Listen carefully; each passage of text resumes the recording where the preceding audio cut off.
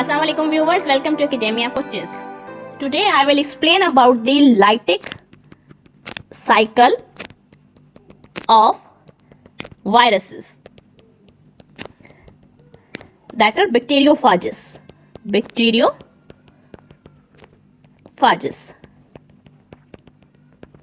जो lytic life cycle होता है वायरसेस का, उसमें जो वायरसोफाज होती है वो एक्ट करते हैं like a virus, then hijack कर लेती है वो मशीनरी ऑफ होस्ट सेल और फिर रेप्लिकेट करती है और उसके रिजल्ट जो होता है in the result of replication and due to result of lytic life cycle जो सेल होता है वो बर्स्ट हो जाता है और डाई हो जाता है. So the steps involve in lytic life cycle are, number 1 is attachment. जैसे कि मैंने आपको अपने प्रीवियस लेक्चर में बताया कि मैं both lytic and lysogenic life cycle के लिए लैम्डा फेज यूज करूंगी जो इन्फेक्ट करता है एस्चेरिचिया कोलाई बैक्टीरियम को. This is bacterium and bacterial chromosome. So the first step of lytic life cycle is attachment. In attachment जो phage होगा वो जो प्रोटीन्स प्रेजेंट होते हैं in the tail of phage, with the help of proteins it binds to specific receptor which are present on the surface of bacterium. With the help of tail proteins, जो phage होगा वो bind करेगा to the specific receptor जो present होते हैं on the surface of bacterium. ये first step है, that is attachment. और attachment में फाज होता है वो attach होता है to the surface of receptors that are present on bacterium with the help of proteins that are present in the tail of phage. After the attachment, the next step of lytic life cycle is entry. Second step is entry.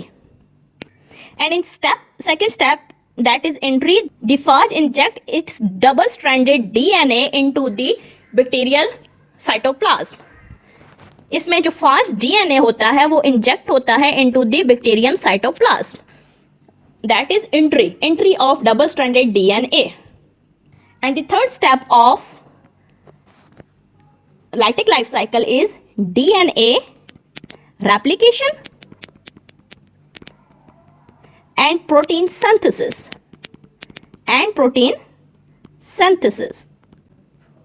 और जो third step होता है that is DNA replication and protein synthesis. इसमें जो Faiz DNA है उसकी copies बनती हैं. फैज डीएनए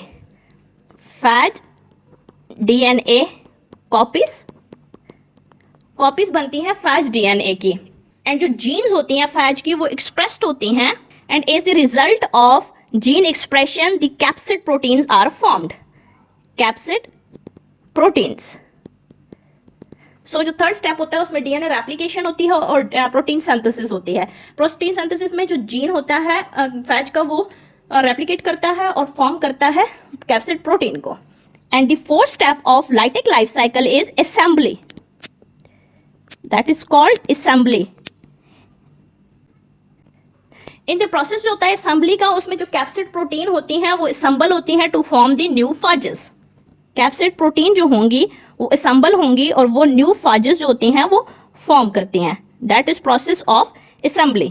फिर ये double stranded DNA जो होता है वो भी इसके अंदर assemble हो जाता है और newly assembled phages that are called newly assembled phages. newly assembled phages जो होते हैं वो फोर्थ स्टेप में जाके फॉर्म होते हैं. And the final and fifth step is lysis. That is cell lysis. Cell lysis ऐसे होती है कि जो प्रोटीन्स एक्सप्रेस होती हैं, जीन्स एक्सप्रेस होती हैं फॉर मेकिंग कैप्सिड प्रोटीन्स, ये होल फॉर्म कर देती हैं within the cell of wall, जिसकी वजह से वाटर जो होता है वो मूव करता है इनसाइड द सेल और as the result cell is burst and the phages are move outside the cell. Phages जो होती हैं वो मूव कर जाती हैं आउटसाइड द सेल और सेल बर्स्ट हो जाता है in the fifth step. So this is the last step of lytic life cycle. Okay viewers, मैं दोबारा से आपको एक्सप्लेन किए देती हूँ. जो फर्स्ट स्टेप होता है लाइटिक लाइफ साइकिल का, first step of lytic life cycle is attachment. Attachment में जो फाज डीएनए होता है वो अटैच हो जाता है to the bacteria with the help of proteins that are present on the tail of phages, and these proteins bind with specific receptor which are present on the surface of bacterium. And in the next step, the double-stranded DNA of phage is inserted into the cytoplasm of bacteria. After the second step, that is entry, the third step is DNA replication on protein synthesis.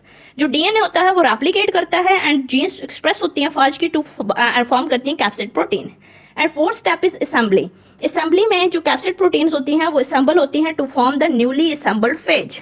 And last step is lysis. Lysis जो होती है ये due to जैसे ये jeans express होती हैं for forming capsid proteins, तो ये होल्स फॉर्म कर देती हैं within the cell. Hole की वजह से जो वाटर होता है वो मूव होता है inside the cell and as a result of water intake the cell is burst and lysis. And as a result of cell death जो फाजेस होती हैं वो मूव कर जाती हैं आउटसाइड द सेल और फिर जाके ये इन्फेक्ट करेंगी नेक्स्ट होस्ट सेल को. So viewers, my today lecture was about the Lytic life cycle. Thank you so much viewers. In my next lecture, I will explain about the lysogenic life cycle of viruses. Allah Hafiz. Do not forget to subscribe my channel for latest and more relevant videos. Thank you.